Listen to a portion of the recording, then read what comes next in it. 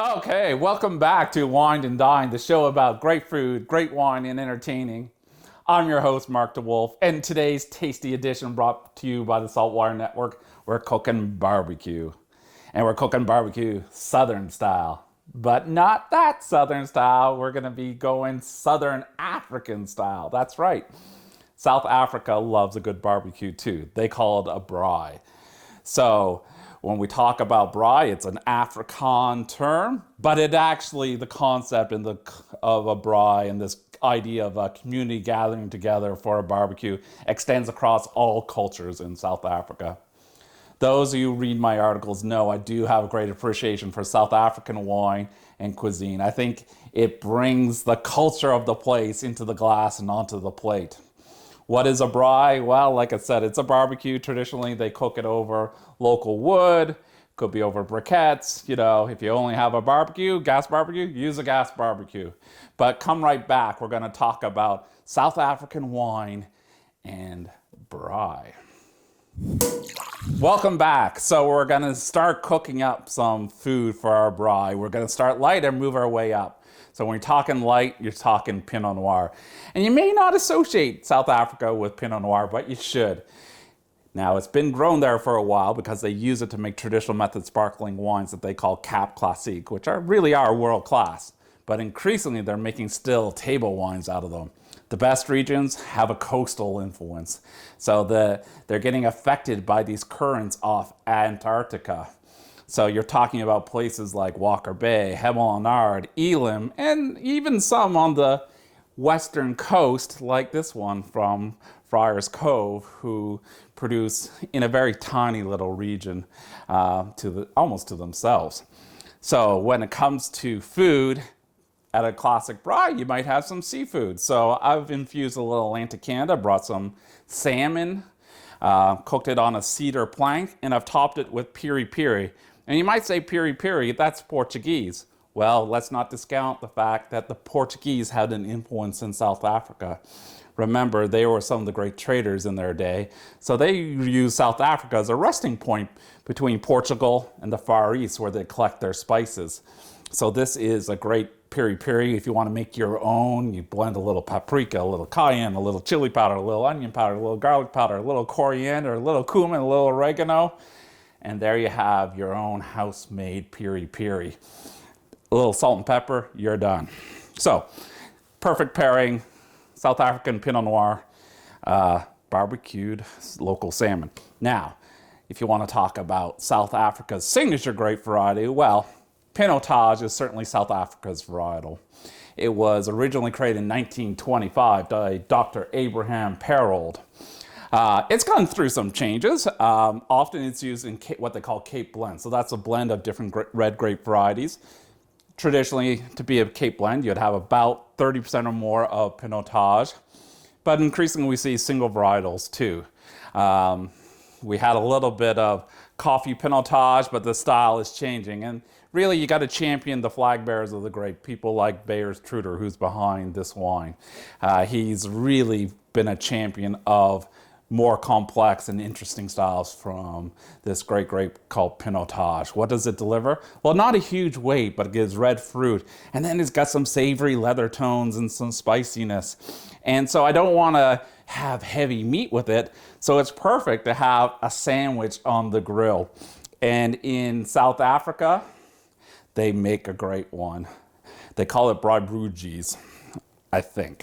I'm close anyway. So how do you make it? Well, nice thing about pinotage, it goes great with exotic, spicy cuisine, so especially Indian flavors. So I put a little Indian chutney on a piece of buttered bread, topped it with a slice of heirloom tomato, a little bit of red onion, a little slice of really good cheddar. This one's like a smoked cheddar.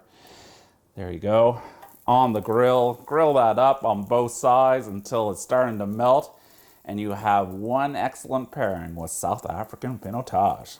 Be right back.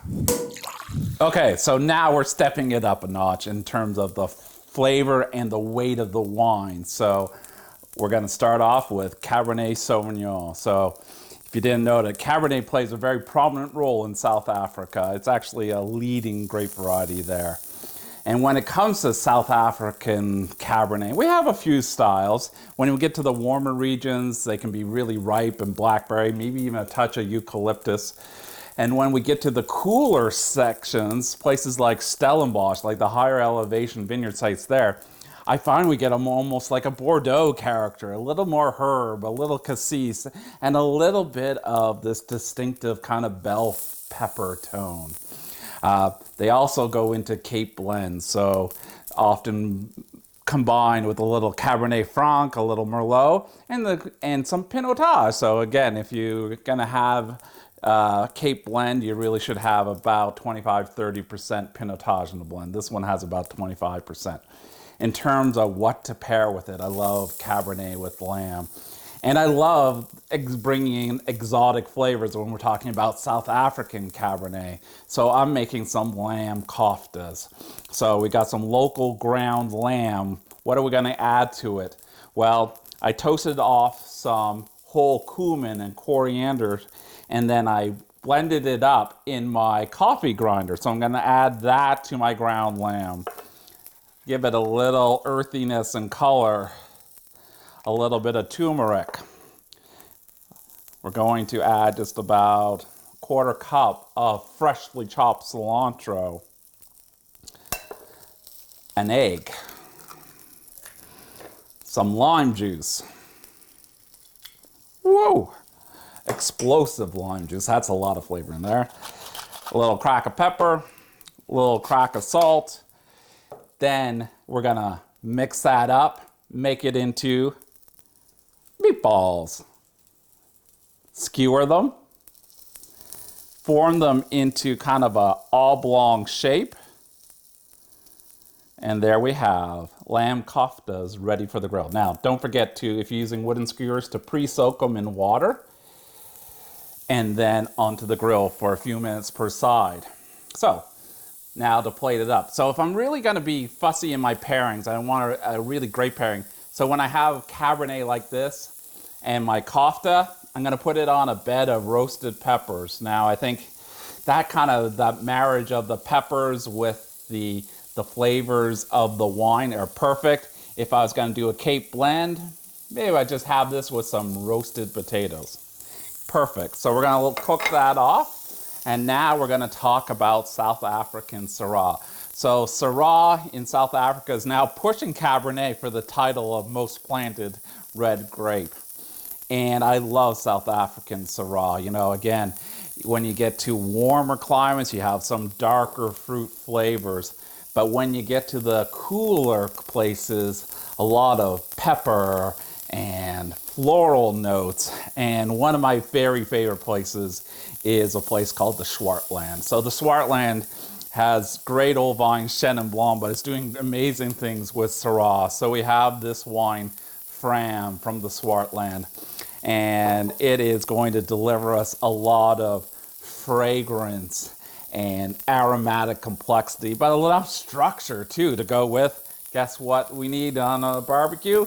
Steak. So here I have a steak that I've made my own little spice blend with crushed Szechuan peppercorns, chili flakes, a little onion powder, a little garlic powder. You know, absolutely delicious. It's been resting here for about 15 minutes. It's just ready to dig in.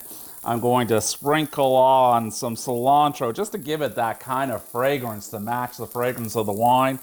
A little squeeze of lime juice. I might even do that twice because I love it, keeping it there. And we have perfect pairings for South African Cabernet and South African Syrah. So at the end of this video, you're gonna find the recipes, and thanks for joining me on Wined and Dined.